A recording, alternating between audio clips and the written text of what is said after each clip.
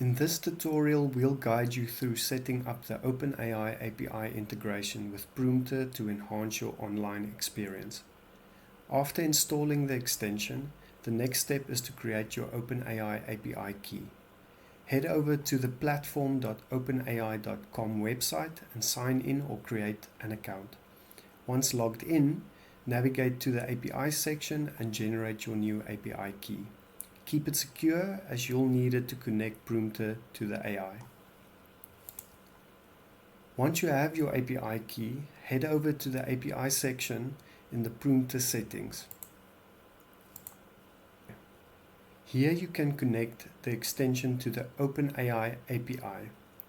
Simply enter your API key, select the model of choice, hit save, and now your browser is supercharged with AI capabilities.